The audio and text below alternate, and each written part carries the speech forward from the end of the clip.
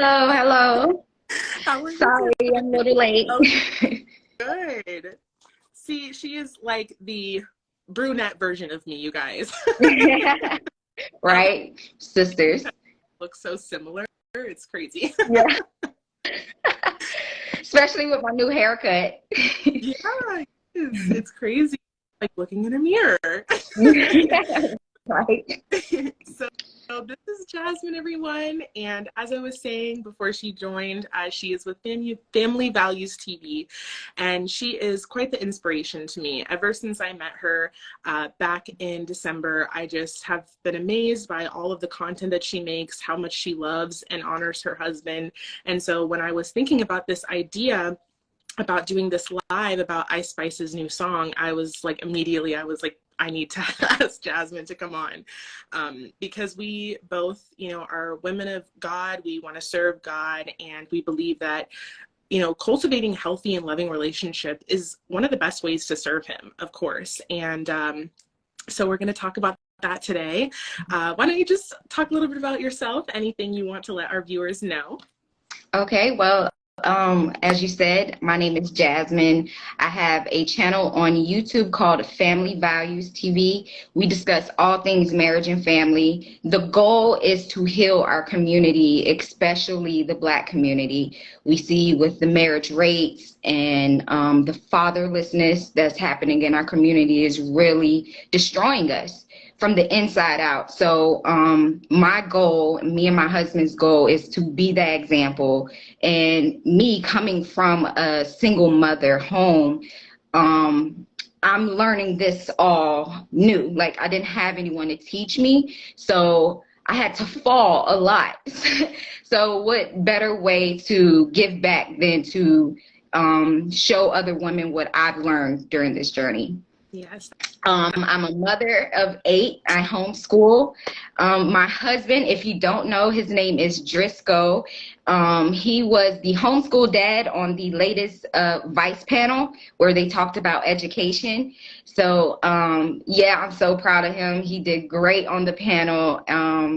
And we're just out here. We just want to change the culture. He's an artist. He's a hip hop artist at that. So his music is to display a different message, a more hopeful message, and to really just, in a creative way, because we know how powerful music is. That's why we're going to talk about this topic today.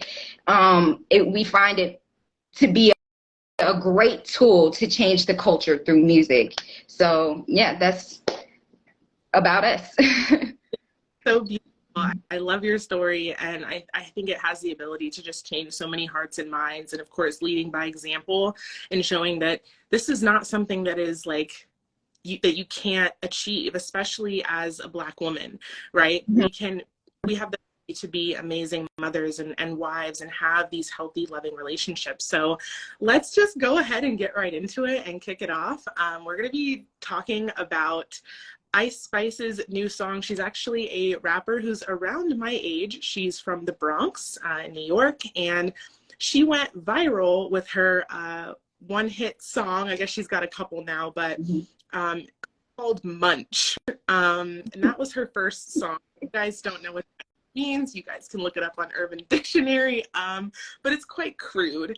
And so this started going very viral, and she just recently dropped a song with Pink Pantherness, which is another similar artist to her. And I just want to start off by reading a bit of this song because it is tragic, and it's hidden by a very upbeat, happy, catchy, Wow.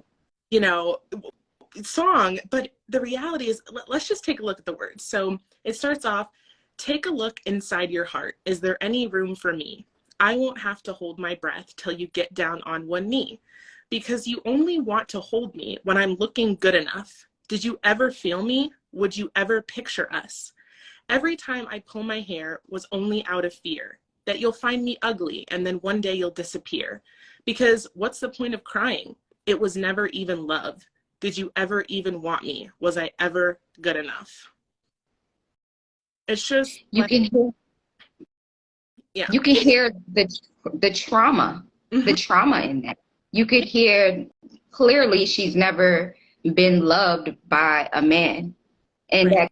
And comes, you know, guys, like, what do you, these words, me reading them to you as more of like a poem or like a conversation style, how do these words make you feel? Does this, you know, make you feel comfortable? Does this make you feel like this is something that you would want? Absolutely not. This girl is in a lot of pain, and you can just hear it in the words. But again, like I said, it's disguised with this upbeat, like, cute video. They're like dancing around, they're wearing pink. But the reality, I mean, you can go and listen to the whole song and see all the lyrics. It's her talking about being a side chick, normalizing that, you know, trying to get into his phone to know his password because she doesn't trust him, clearly, because he has another girlfriend.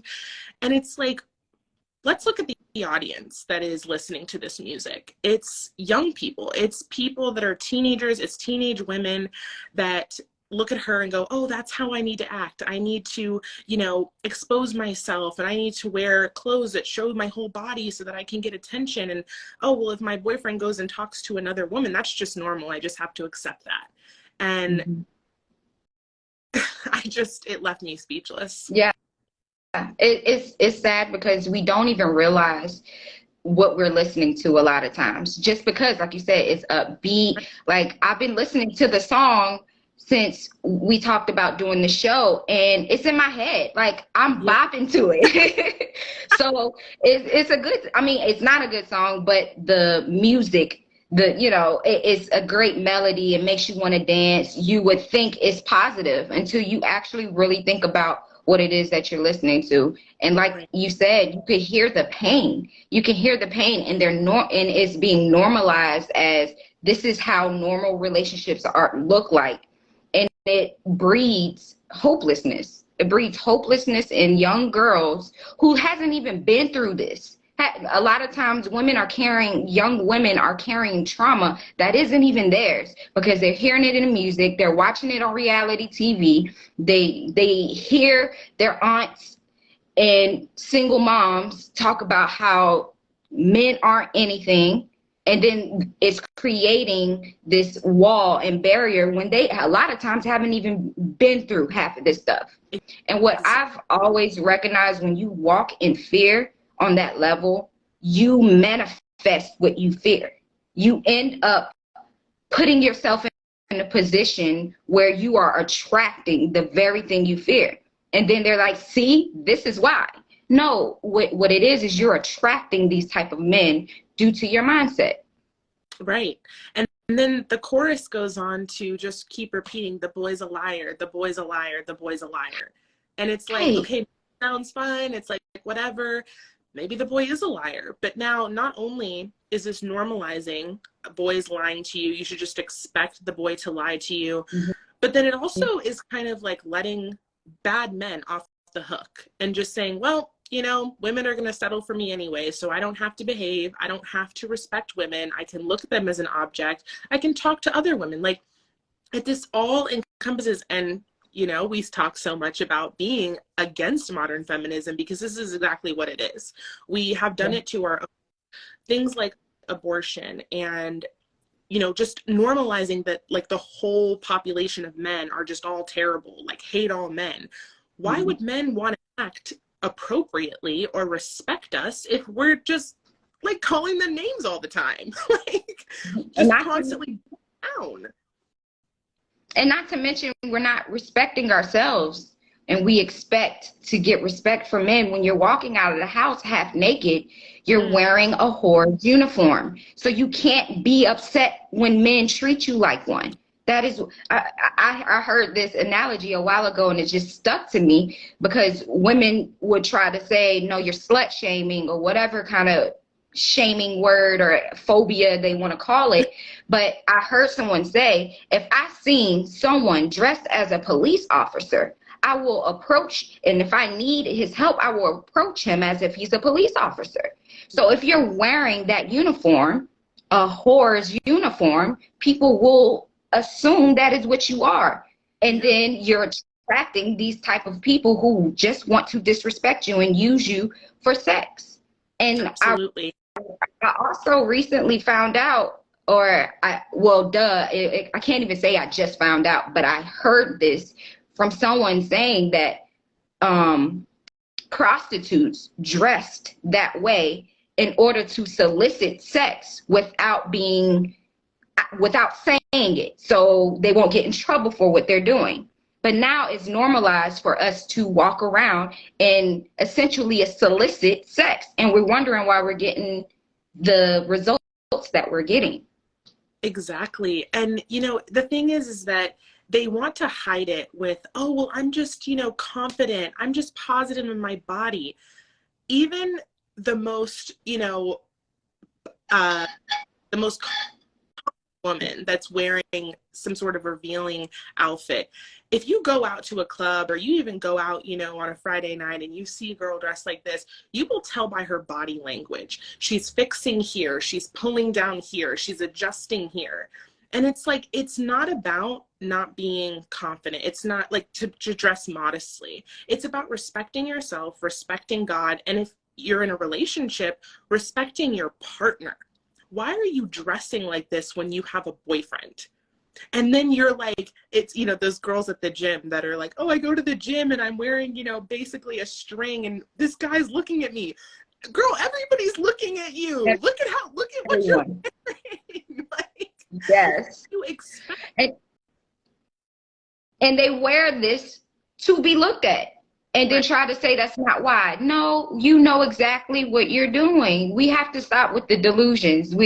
Women are lying to themselves because society is allowing us to. Nobody is saying, ma'am, you're looking this way, and that is why that man hit on you.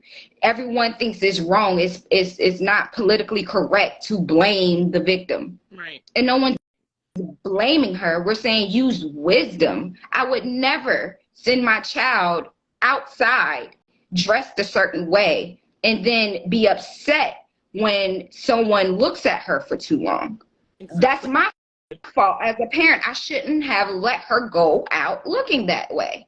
Right. And we're just normalizing this, you know, just wearing basically bra and underwear to the gym, and it's horrible, because it's like now men are like practically going to be canceled if they get caught, you know, in a gym camera looking at a woman whose butt is out or whose boobs are out. It's like, girl, everybody's looking at you. Look at what you're wearing, you know. It's crazy.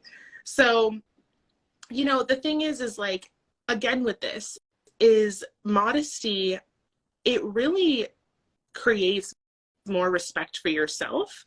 And even if you were a single woman, you are dressing not only for God, of course, but for your future husband as well. You're respecting yourself. And, you know, I want to just say, even for the single ladies, how important that is, and how if you are dressing very immodestly, you are not going to attract the right guys. You are, as you said, a walking advertisement for what you expect to receive. And I'm actually someone that used to think that like wearing crop tops and, you know, just wearing shorts that not even were super duper short, but clearly, you know, showed the outline of my body, and why I always felt so uncomfortable. It's like, well, I don't think I hate my body, but I'm so uncomfortable. And this is just how everybody is dressing. So it's normal, right? And then I realized God was telling me, you're not dressing for me. It doesn't matter if you're not doing this, you know, to intentionally get attention from men or from anybody else. I'm telling you, you know, through the way I'm speaking to you, that you aren't feeling comfortable because you're not dressing to glorify me. And that is so important, especially for single women. Yeah. And so you can talk a little bit more about that. Yeah. It reminds me of when I first started dating my husband, because I wasn't modest when he met me either.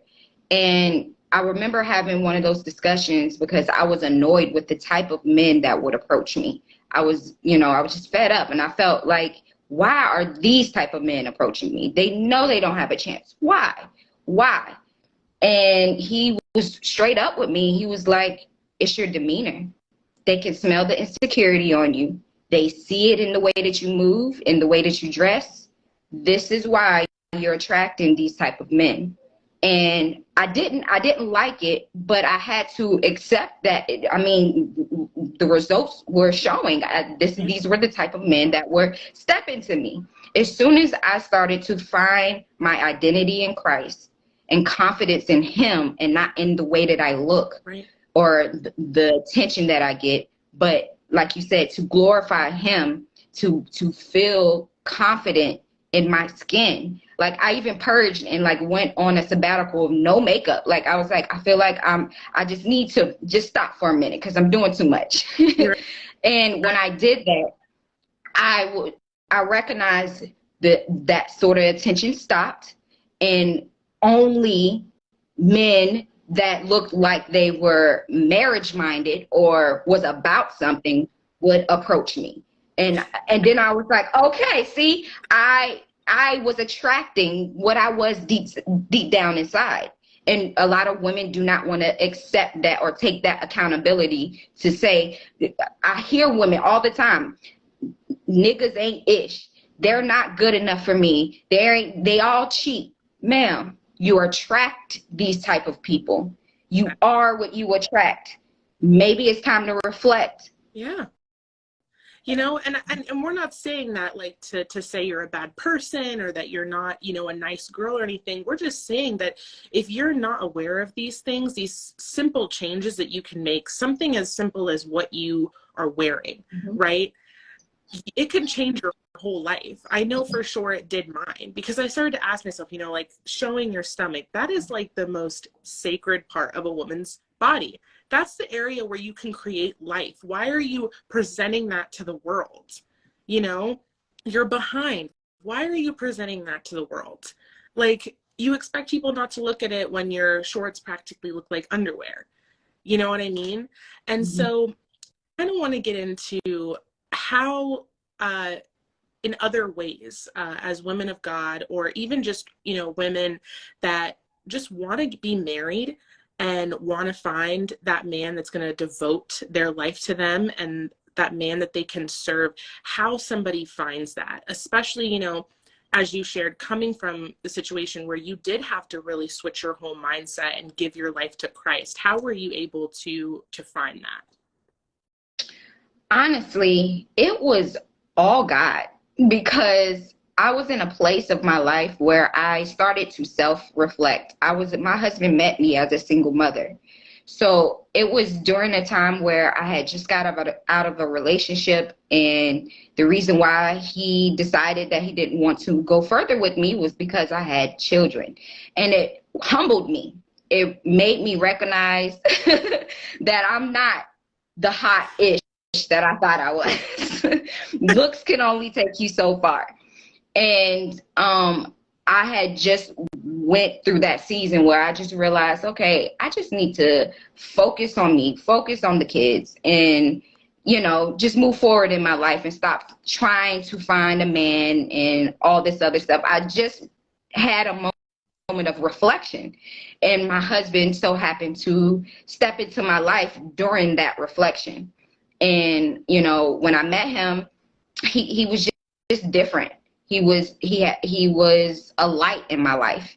And I was like, okay, I don't feel like I deserve a man like this. How can I be a woman deserving of a man like this? And I started to work towards being that. And that's how I ended up with the ring. So I guess to wrap it all up in a bow, the biggest thing is humility and accountability. Right. And that's another thing I think that feminism doesn't teach, is that it just says, well, you're just a girl, so you should just be enough, and you should just have to do no work. Yeah. You should have to put no effort. And it's like, how do you expect a man to lay down his life for you, provide for you and your family, if you're not bringing anything to the table, you know? And that's not meaning like being equal to him, because you can never be equal to your husband. We're totally different. We were meant to serve our husbands. That's just biblical. but the way it's listening to him. It's completely submitting to him, trusting him. And these women, they badmouth their husbands, they badmouth their boyfriends. They, wonder why haven't I got the ring yet? I work as hard as him. I make more money than him. It's like, why would a guy want to commit to you if you're going to complain? I mean, that's like a huge thing that I hear a lot. And you think about that, but women that complain about their partners. Well, women like that men need to be appreciated, and it's clear she doesn't appreciate what it is that he brings to the table. And men don't care about your money or your career or things of that nature. That's what men bring to the table. Women and men have different rules. We don't bring that. What men want is a woman that is teachable, a woman that is soft, nurturing, peaceful. A man has to go out into the world and compete. He has to compete. That's just what men do. That's the only way to be successful. No man wants to come home to a woman he still has to compete with. And a woman that is extremely career-minded, extremely competitive, most men would call that masculine. And that we need polarity in order for a relationship to actually last. If he wanted a roommate, he would get a roommate. You know what I'm saying? Yeah. You bring something different to his life, and women of today don't want to tap into that because they feel like it's oppression. It's wrong to be a woman. Right. It's wrong to be quiet. Be quiet sometimes. He doesn't always need your opinion. Give it when he asks for it. Yeah. I see the biggest thing is being teachable. Men want to be able to cultivate his girl, his wife, into what it is that he needs for his purpose. And that's what we're called to be. We're his rib. We are the helpmate. We were made after man for the man. Yes. And nobody wants to hear that. Yeah. No, they don't. No, they don't. And I know what you think, but I've said this before. I said it on the Blexit panel last month in Houston. I don't want equal to my husband. I don't want to be equal. I don't want to be expected to fix cars and to like be a plumber. Like, I don't want to be expected to do all of that. Like, come on, ladies in the chat. Like, do you really want to be expected to do things like that? Do we want to be expected to go up and fix power lines? Absolutely not. We weren't made to do those sort of things. And so separate and knowing that there are two separate genders, not to say that one is better than the other, but it's because we were meant to serve each other. That is what's so beautiful. We were created for that purpose. And I feel like they're just destroying that. They're taking that out of schools. They're normalizing it. I mean, I was also raised by a single mother. She's absolutely amazing, the most wonderful woman I've ever met. But she was never my father, because she could never be my father as well. I only had her in my life, and that is okay. I feel like it's so much masculization of women that they have to be both parts. And it's like, as much as you try, you couldn't possibly ever be that. Mm-hmm.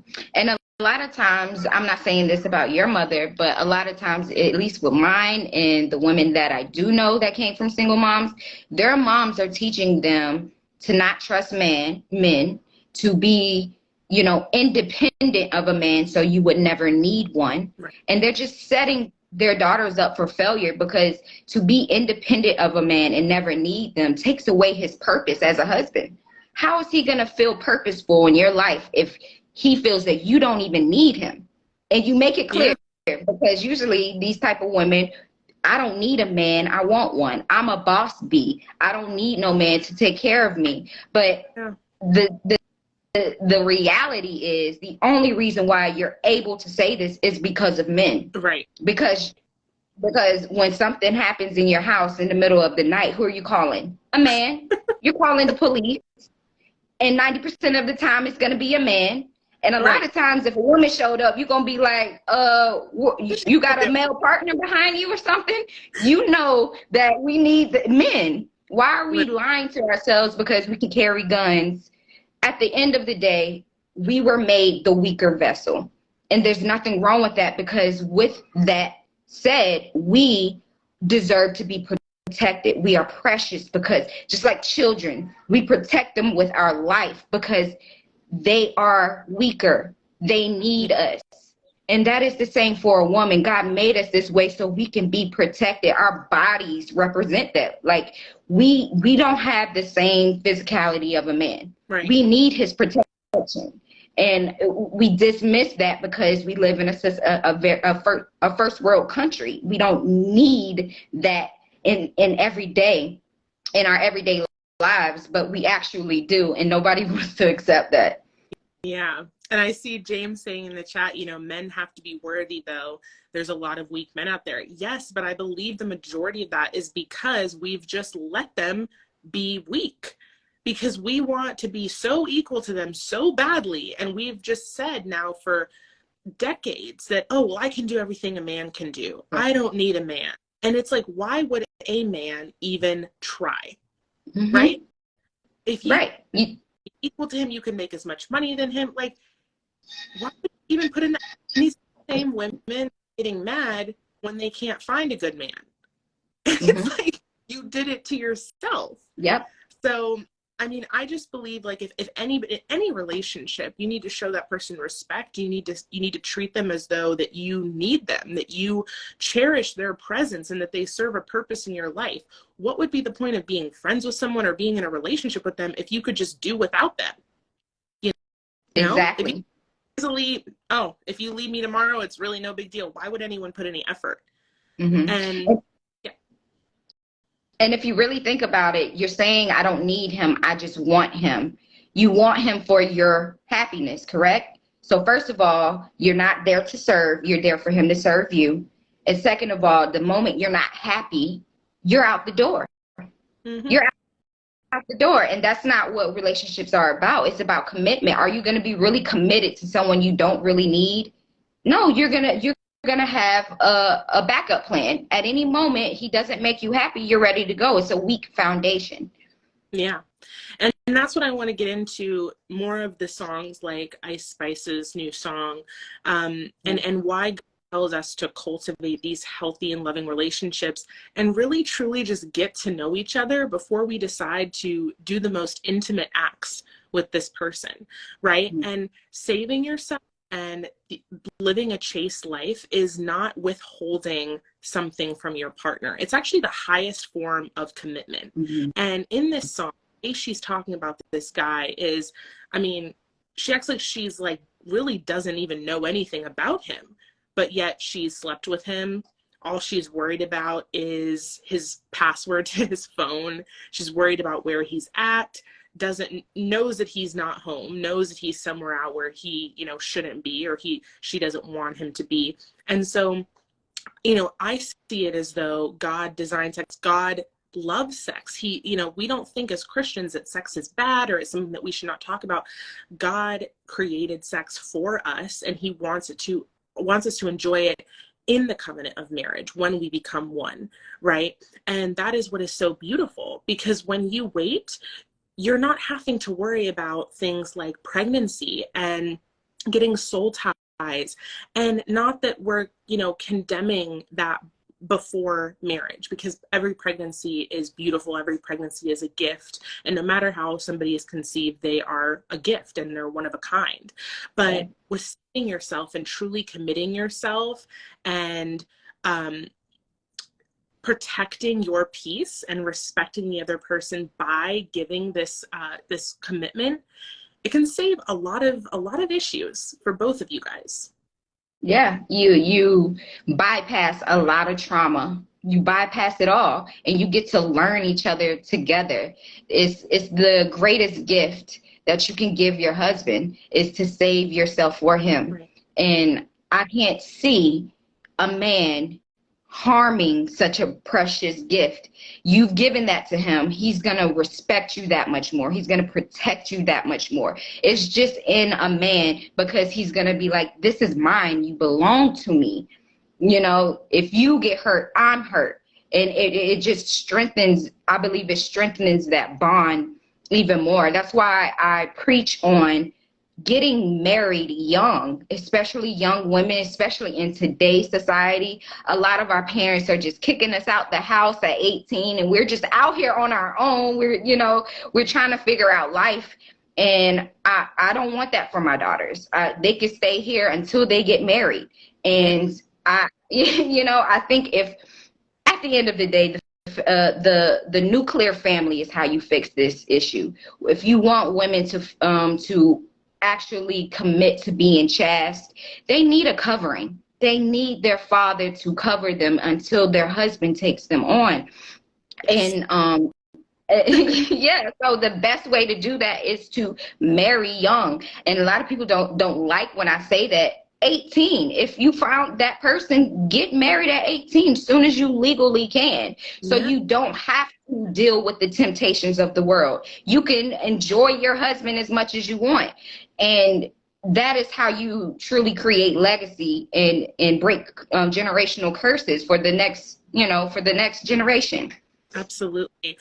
And, what do you say to some people? I've even heard some Christian people say this, well, women and men, they need to date a lot. They need to see what they like. And it might not mean just sleeping around, but you've been married for almost 10 years, right? And you are still learning things about your husband, I'm sure. I'm sure he's teaching you things every single day still, and you guys have been together for this long. So just talk a little bit about that. Like, what is your opinion of people that say that? Yeah.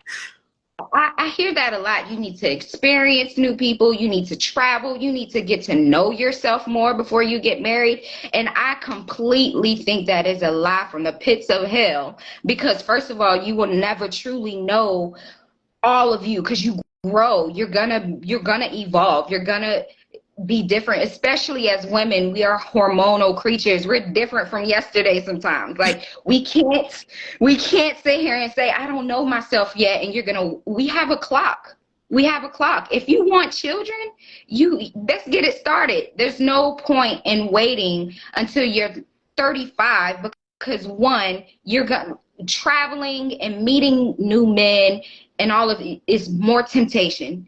You have to fight off temptation. There's no way that I don't believe that a woman that dates a lot isn't having sex a lot.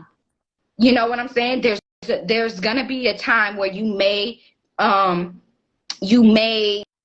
think twice about your morals and be like, I love this guy, and then you find out he used you. Like, it's retarded. It sets children or young women up for failure to go and try to experience life. And I always say, like, true man of God that is a leader in his community, he wants to have a wife that is a reflection of himself.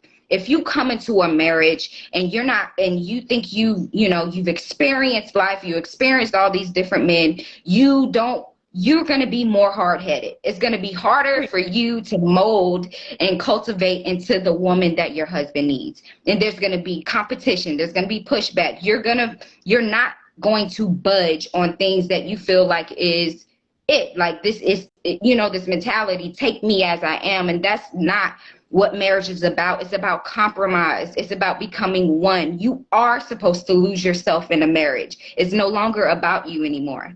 And women will preach on the mountaintops that don't lose yourself in a marriage. It's wrong to lose yourself. And it sounds nice. It sounds so profound and wise, but it is not. You are supposed to lose yourself. You are supposed to become a new person, a better person, because of the man that stepped into your life, and vice versa. He becomes better because of you. But to try to hold on to your single self in a marriage is stupid. That's how you will end up with issues. And I think about, if you're going to go out, when you started 18 and started dating all these different guys, think about how much heartbreak that is. Bringing that into the man that you decide to marry, even if it's subconscious, you're always going to be comparing these past experiences to how your husband behaves or acts or how his personality is. And then, of course, I often hear, well, my ex did this or my ex never did that. It's like your boyfriend, your husband, he doesn't want to hear that, because you're not with him. You're not with him anymore. You're with this man now. And so how I can't see how that would help a woman being experienced or, you know, been around the block. How is that going to help her truly find what she wants, you know? No, And no, it's like, it makes it even harder to pair bond. absolutely. You know, because you're just always, you're going down the list. Well, what did he used to say to me? And what does my new guy say to me? And what did my old guy do? And, you know, vice versa. It's crazy. So Yeah. I think truly getting to know somebody, going out for a walk, talking about your likes and dislikes, cooking a meal together, just doing normal things. Yeah. I mean, some girls that literally they can't even tell me the guy that they're with, their favorite color. Can't really say what they do. Like, it's, you know, it's like, yeah, we've been on 3 dates, so I guess it's about time. It's just like, wow. Yeah. You know, this is what's normal. I even heard this in school. Like, people in middle school, my peers were already sexually active. And this is, it's been crazy. I mean, I wasn't in high school that long ago. I graduated in 2019. But ever since then, I believe that this sexualization of children has skyrocketed. And, you know, we're seeing that with even the transgender ideology. So you can let me know a little bit about what you think about that and kind of slip in why homeschool or try to find a Christian school if you're unable to. Yeah, I support homeschooling parents. I try to push that as much as possible because of what we're seeing in schools today. There's books teaching children how to have gay sex, how to masturbate. It's beyond ridiculous. I just seen a video, and I have to repost it. It got taken down from Instagram because of what I said. So I just got to do it without a caption this time. But it was a high school, and there was a transgender woman. It's a man dressed as a woman, and he was dancing and giving a 10th grade young girl a lap dance while the teacher stand and watch. This would look like it was an auditorium or the cafeteria. All the kids are watching while this grown man is hunching this 10th grader. This is what's happening in schools. And people think we're crazy when we say, like, get your kids out of these schools. They're being indoctrinated. They're being sexualized and groomed. And they think we're conspiracy theorists. But when it's out here, there's videos everywhere online exposing what's happening in these schools. It is a problem. Like, it's an emergency. It's no longer a problem. It's a crisis. We need to get our children out of these schools. And like you said, if it's impossible to homeschool, look for a Christian school, look for a conservative or Catholic school who, you know, aren't allowing this type of stuff happen in their schools. And even then, be active. Pay attention to who's teaching. I mean, you know, what kind of teachers are in there and what their curriculum looks like. Because it's crazy these days. We can't trust anybody. That's why I feel like it's important to put our children's education in our own hands. And there's so many free resources out there where you could do this. You really could. Sure. And another argument I've heard, sort of not really against homeschooling, but just sort of why people don't really want to do it, is because of how much you have to set your own needs aside as a mother, right, or a father, you know, whoever is homeschooling, because you're not going to have as much time to yourself. But it's the ultimate gift because we are raising the next generation. And I mean, most people are giving their children to the school system for 8+ hours a day, especially if they work later and they go to after school care, or if they have their sports and stuff. These people are literally raising our children. Is that what we want? No? And then it's like, we wonder how they end up like this. Well, I didn't have these values. I mean, with my job, I visit college campuses, and I know that these parents did not raise their children like this. And it's because they didn't raise their children. The school system did. And they are making little clones. Everybody is the same. Nobody knows their gender. Everybody's mad. Everybody hates men. If you're a man, they're not a man, or they're a feminine man, or they're feminists. And it's just like, we really don't have anyone to blame but ourselves. I mean, it's a shame, but we've put too much hope into this system of people that do not care about us. Nope. No, And they don't. So, yeah. Yeah, they don't. They are weakening our nation. And how do you do that? You do that through the children, through getting to our children, because they're the next generation. They are the future. And we're starting to see that with people. I don't want to say the word because I don't want this to get flagged, but like people that dress in all black and go to these protests to destroy things. People, these are the type of children we're raising. Grown people who have fits and are destroying communities because they can't get what they want. I know. And it's we have, like you said, that they're raising clones. These schools are weakening our men, especially now. Men, little boys don't even want to be men because they're so demonized. If I was a woman that was being demonized growing up like that, I probably wouldn't have wanted to be a woman either, because everybody hates me. Everybody sees me as a threat.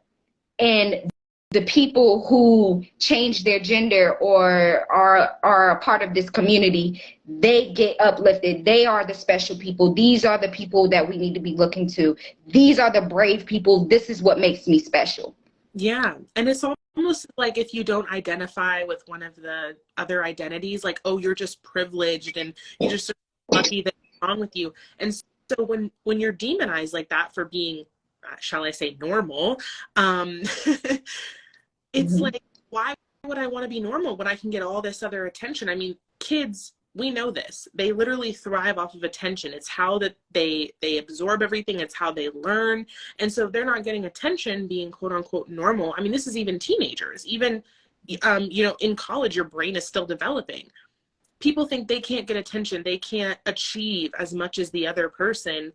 Why would they just want to be normal? Why would they just want to be themselves? Right. And then, of course, they're told, well, of course they say, well, there's no such thing as gender and you can be any identity and look however, but then they want to tell you that you need to start taking these hormones. Right. And you need to gender and you need to get all these surgeries. And we're now starting to see how the long-term effects of these transgender children is really coming to light.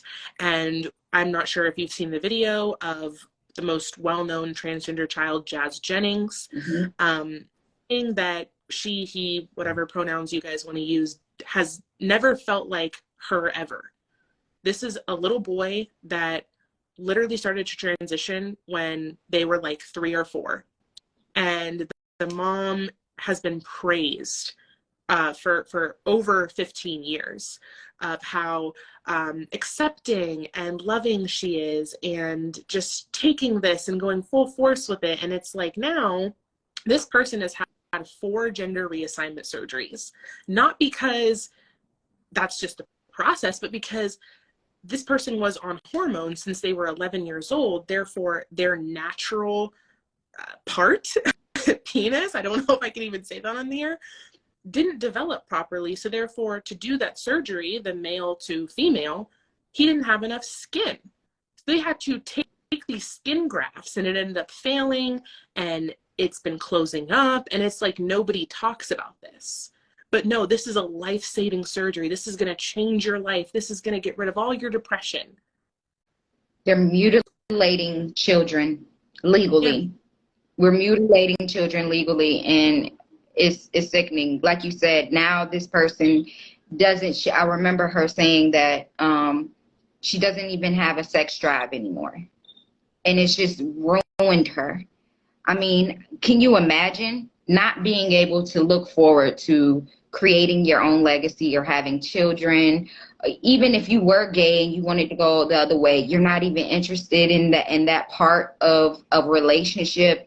A lot of people, especially men, wouldn't want to live. And we wonder why we see these rates of people offing themselves, and they're saying the only way to save them is to allow for them to mutilate themselves, when that is the very thing that is causing them to not want to be on this earth anymore. Yeah. We're not And helping them. yeah, I feel for these people because gender dysphoria is a real thing.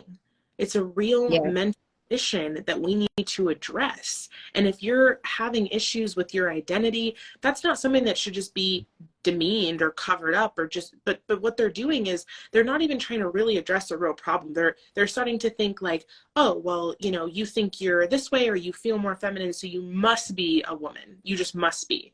So let's give you the surgery. And then what I've noticed is that now this trans community, all of these detransitioners, they are condemning the detransitioners coming out. So that just proves they don't really care about trans people. They don't really care about people with gender dysphoria, because now that somebody's coming out and saying, oh, well, this product is not great for me, and I'm just sharing my experience. I've watched these videos. These people are not saying like, oh, trans people don't exist, or being trans is horrible, or, you know, a crime or anything.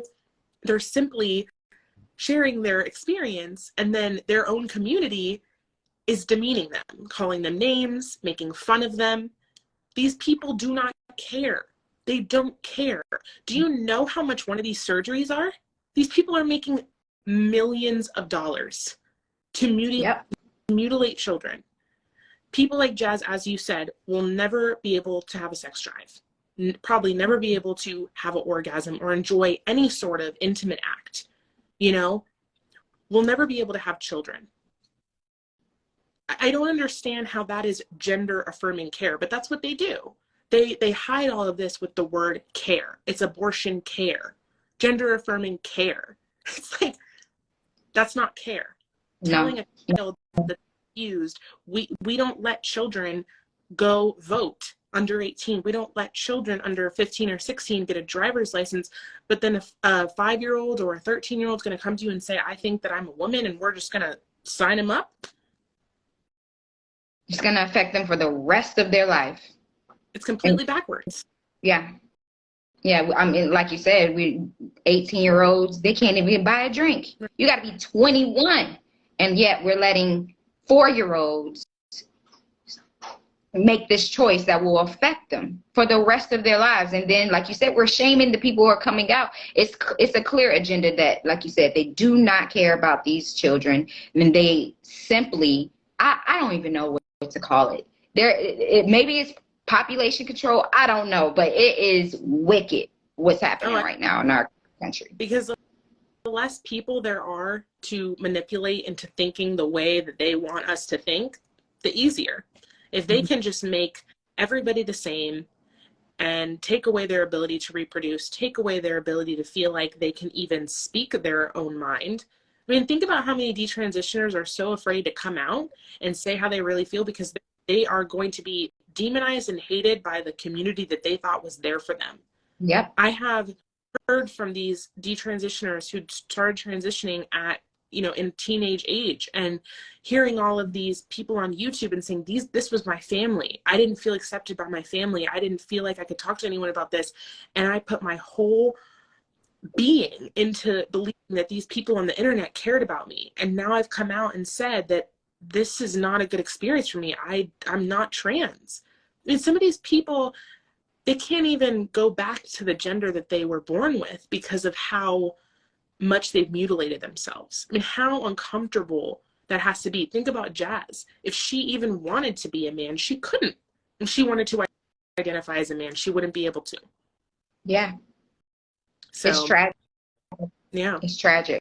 And so, you know, I know that it's something really selfless. It's something that we have to really consider, and that's why it's so important to make sure that, you know, you are waiting and finding that person to dedicate your life to, so that you will have those pleasures and those gifts of being able to homeschool and raise up your own children and give them those experiences. There's nothing better for a child than their parents, you know. So that's pretty much all I say. If anything else you want to add, where people can find you, and whenever you post, anything else you want to share. Okay.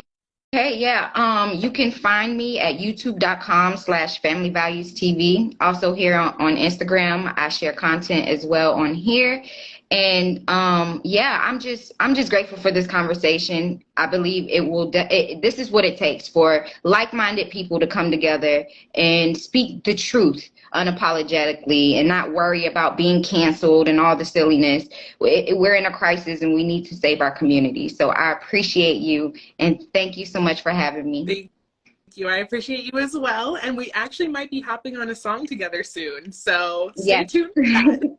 Yes. So Ice Spice anymore, we're going to be there for you. And definitely check out Driscoll and Lady Driscoll's songs that they have out already. And we hope to see you guys soon. I'm going to do more lives. So thank you so Yeah, much and again, you Jen.